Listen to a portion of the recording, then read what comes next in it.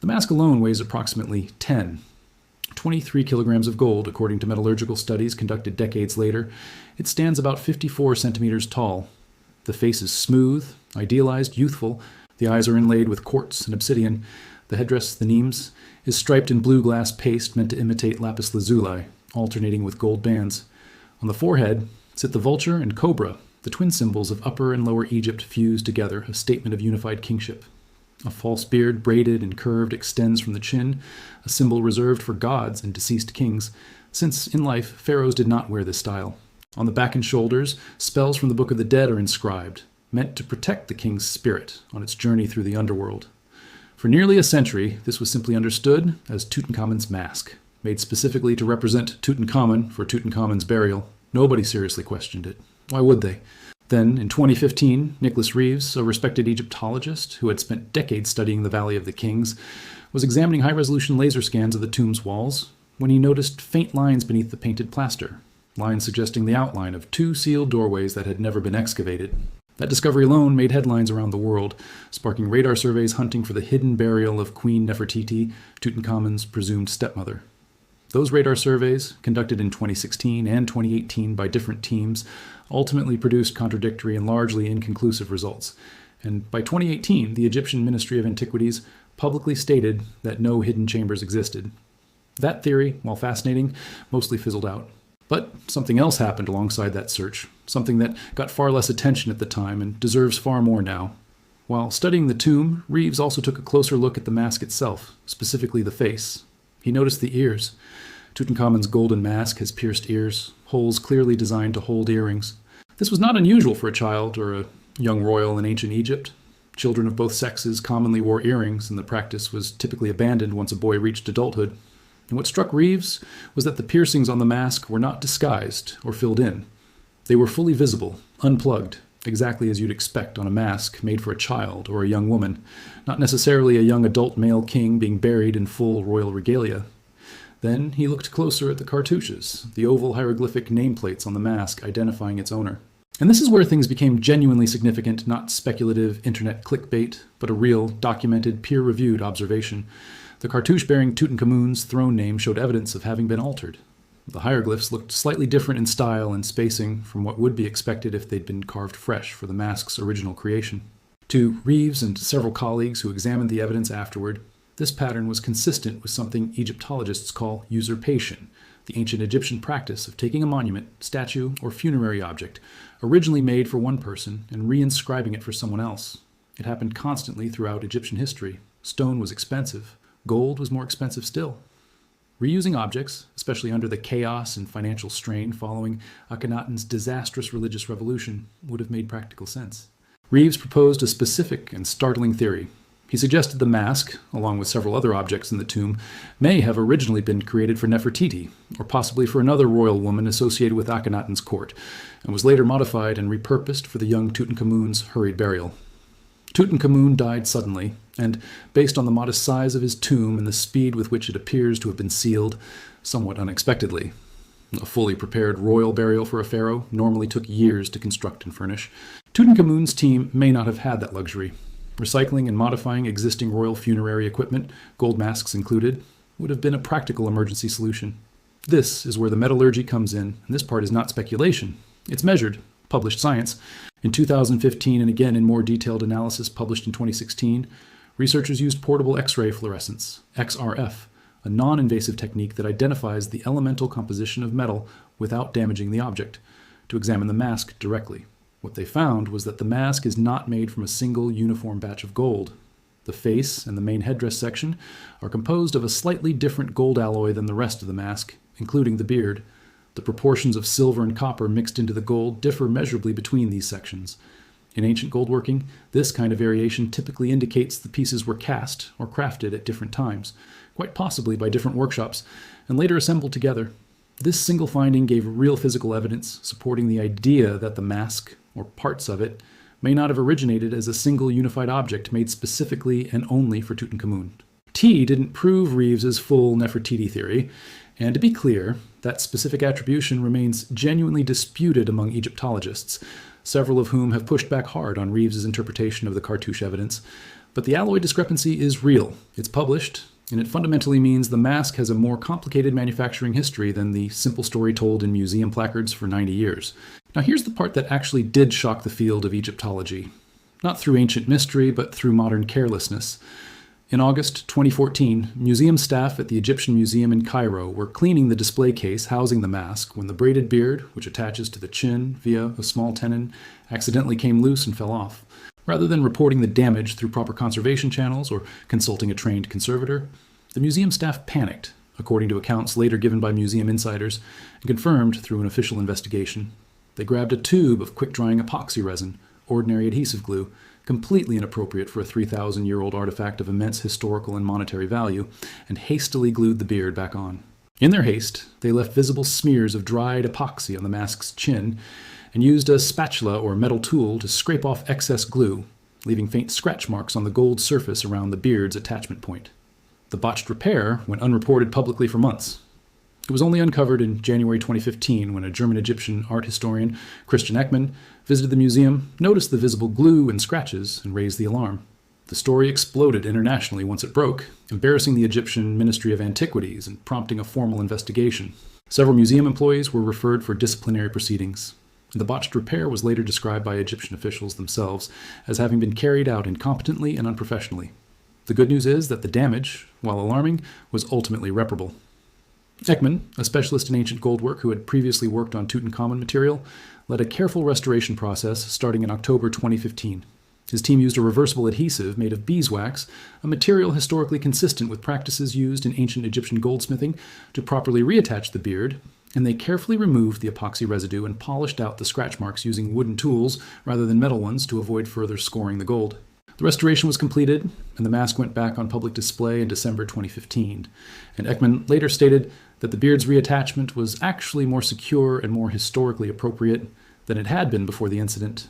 Still, the episode remains one of the most notorious modern conservation scandals involving a world-famous antiquity, and it's a real, well-documented example of how close the world came to permanently damaging one of humanity's most irreplaceable objects.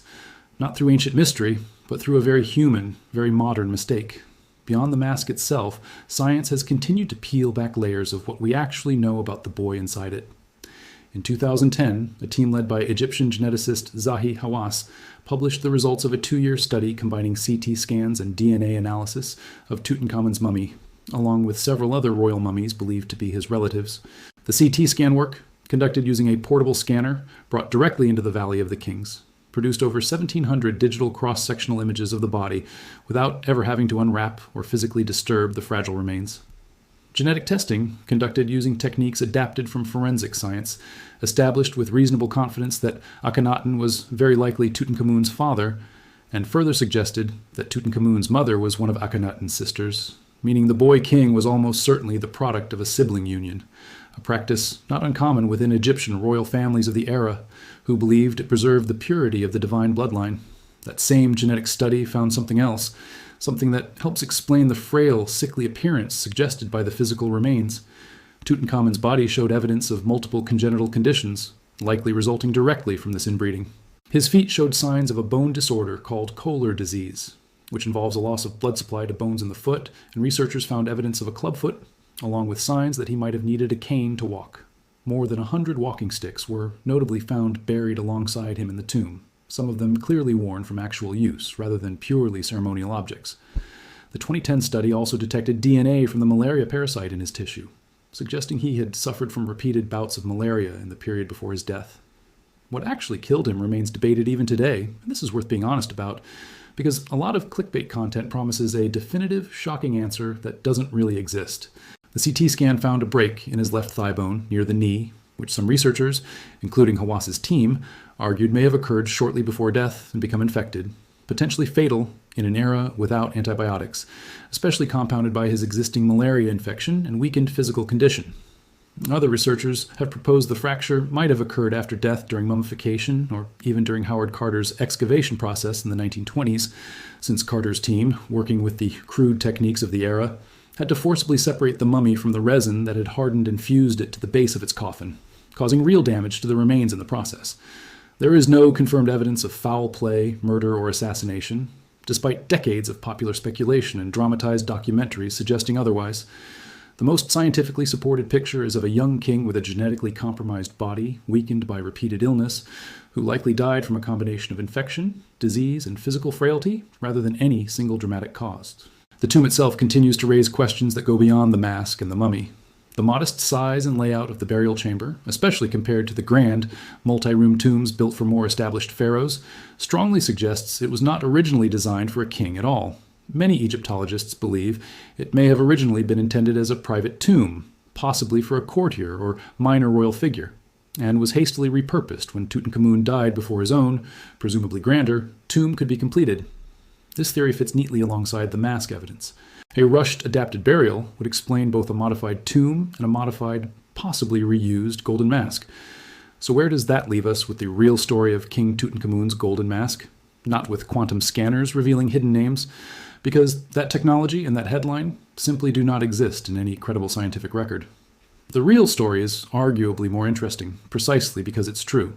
A teenage king, physically frail, born of an incestuous union during one of the most chaotic religious upheavals in ancient history, died young and was buried in a tomb that may never have been meant for him, wearing quite possibly a golden mask that may never have been made for him either. A mask whose gold was mixed from at least 2 different batches, whose cartouche shows signs of having been altered to bear his name, and which nearly suffered irreversible modern damage from a careless museum repair using ordinary superglue. 90 years after Howard Carter first peered into that dark chamber and, when asked what he could see, famously answered, "Wonderful things," we are still discovering that the wonderful things we thought we understood were more complicated, more human, and in some ways more fragile than the golden myth ever let on. This is a speculative fictional story. Quantum imaging technology of the kind described here does not exist, and this scan never actually happened. What follows is an imagined scenario for entertainment purposes only, not a real scientific event. For 3,300 years, the most famous face in human history has been lying to us. Not a small lie, not an innocent mistake. A deliberate, calculated deception buried beneath 11 kilograms of solid gold, hidden so well that generations of scientists, historians, and museum curators walked past it every single day without ever knowing it was there. Then, in a sealed laboratory outside Cairo, a machine unlike anything ever built before was switched on for the first time, aimed directly at the golden face of Tutankhamun, and what it found inside that mask would have been impossible to imagine if it were real. Picture the room. Low humming lights. A research team standing behind reinforced glass, because nobody, not even the lead scientists, was allowed within 3 meters of the machine while it operated. In the center of the chamber, resting on a cradle lined with inert foam, sat the golden mask, transported under armed escort from the Egyptian Museum for what officials called, in this imagined story, the most sensitive scan in the artifact's 98-year modern history. The device pointed at it looked less like a hospital scanner and more like something from an experimental physics lab. Coils wrapped in copper, a central chamber cooled to near absolute zero, because the sensors inside it, in this fictional account, relied on a phenomenon called quantum entanglement, using pairs of linked particles to detect atomic-level disturbances in gold that no ordinary X-ray or CT scanner could ever hope to see. Traditional scanning technology, the kind actually used on Tutankhamun's mummy back in 2005 and again in 2010, works by passing radiation through an object and measuring what comes out the other side. It's powerful, but it has limits. It can see bone, it can see soft tissue. It struggles to see fine detail buried inside several millimeters of dense, solid gold, because gold is remarkably good at blocking almost everything we throw at it. That's exactly why, in this story, researchers built something new, a system that didn't try to pass anything through the gold at all, but instead measured impossibly small quantum fluctuations on its surface, fluctuations theorized to shift in response to structural changes hidden beneath, differences in density, in crystalline structure, in the way individual grains of gold had been hammered, melted, reshaped, and reworked over the centuries. The scan began just after midnight. It ran for 6 hours without pause. And somewhere around hour 4, the lead engineer monitoring the live data feed sat up straight in her chair and said one word into the silence of the control room. There. What the imagined scan revealed, layer by layer, was a face beneath the face. Not literally a second mask hidden inside the first, but a ghost of one, an imprint left behind in the gold's internal structure from an earlier stage of the object's life, back when, in this speculative version of events, the mask had been reworked from an older object entirely. The scan's density map showed faint concentric patterns beneath the cheeks and forehead, patterns inconsistent with a single continuous casting. According to the fictional research team, this was consistent with the theory that the mask had originally been crafted for someone else, years before Tutankhamun ever sat on the throne, and had later been melted down in part, reshaped, and reinscribed to fit its most famous owner. And then came the detail that, in this imagined story, sent a ripple through the entire research team. Beneath the cartouche on the mask's shoulder, the oval nameplate bearing Tutankhamun's throne name, the scan detected what the team called a ghost inscription, a set of hammer marks and metal displacement patterns matching the shape of an entirely different set of hieroglyphs. Hieroglyphs that had been physically struck out, flattened, and smoothed over before the current name was engraved on top. Using the fictional scanner's ability to map subtle variations in metal thickness invisible to the naked eye, the team claims to have reconstructed a rough approximation of the erased symbols. What emerged, according to this speculative account, resembled the beginning strokes of a name associated with Nefertiti, the great queen of the previous reign, whose own burial place has never been definitively found. If true, and again, this part of the story is entirely fictional, it would mean the most iconic object in Egyptian history was never made for the boy king at all.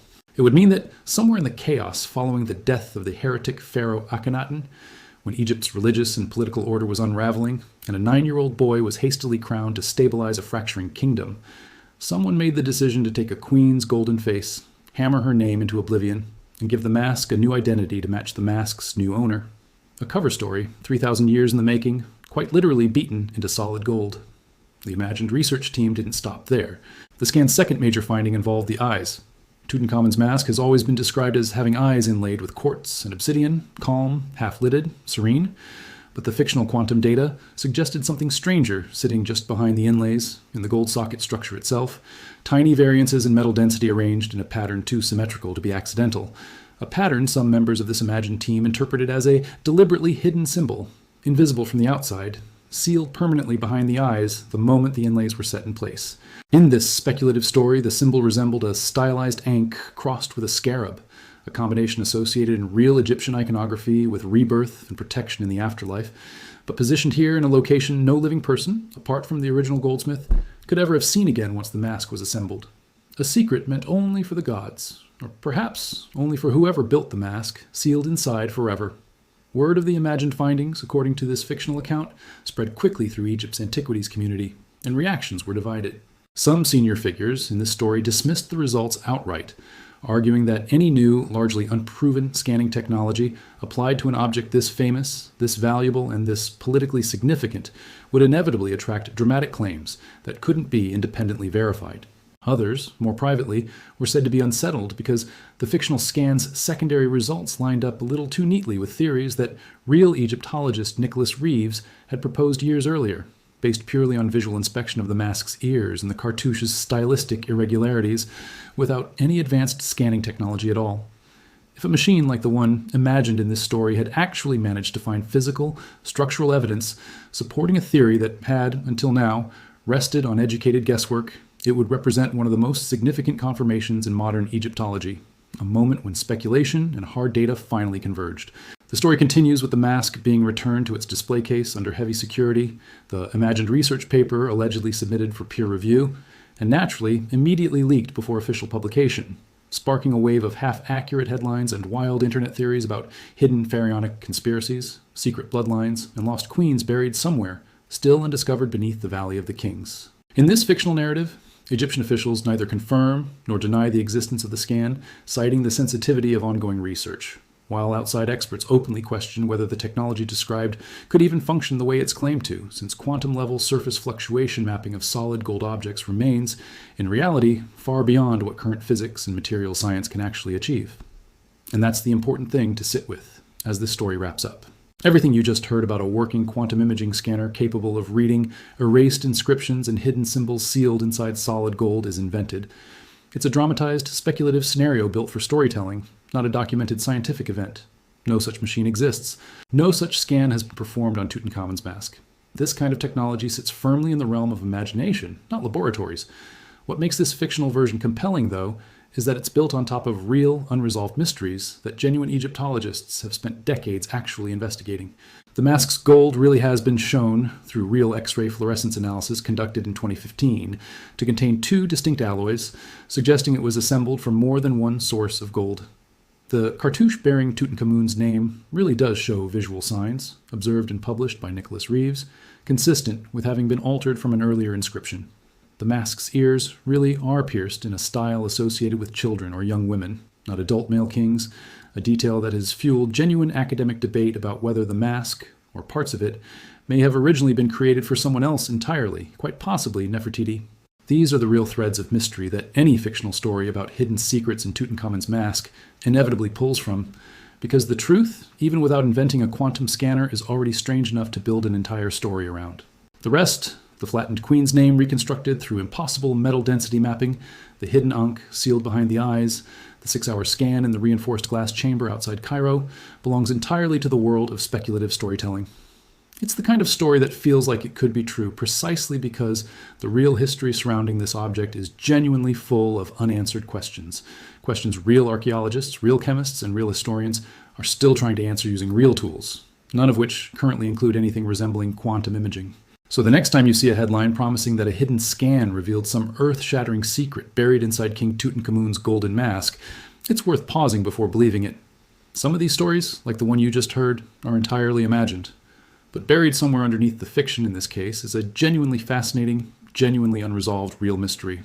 One that doesn't need an invented machine to be worth telling. The boy king's golden face may or may not have started its life as someone else's. And 98 years after Howard Carter first lifted it out of the darkness, we still, honestly, don't know for certain whose face it was actually always meant to be. Now let's start with what we know for certain, because the real story is stranger than most of the invented ones circulating online. Tutankhamun died around 1323 BCE. He was roughly 18 or 19 years old. He had ruled Egypt since he was a child, maybe 9 years old, propped up by advisors and priests during one of the most turbulent religious periods in Egyptian history. His father, most researchers now agree, was Akhenaten, the so-called heretic pharaoh, who tried to force Egypt to abandon its entire pantheon of gods in favor of a single deity, the sun disk Aten. Akhenaten built a new capital city in the desert, shut down the temples of Amun, and upended a religious order that had stood for over 1,000 years. When he died, Egypt was left in chaos, and a young boy, probably his son through a secondary wife, possibly one of Akhenaten's own sisters, was placed on the throne to restore the old gods and calm the nation. That boy was Tutankhamun. He didn't live long enough to leave much of a mark through his own achievements. His tomb, however, did something none of his accomplishments in life ever could. It survived. Nearly every other pharaoh's tomb in the Valley of the Kings was looted within decades or centuries of burial. Tutankhamun's tomb was small, almost an afterthought, likely not even built for him originally, tucked beneath the debris of later construction and forgotten. When Howard Carter, funded by Lord Carnarvon, finally found the entrance in November 1922 after years of fruitless searching, what he uncovered was the only pharaonic burial from the New Kingdom found nearly intact.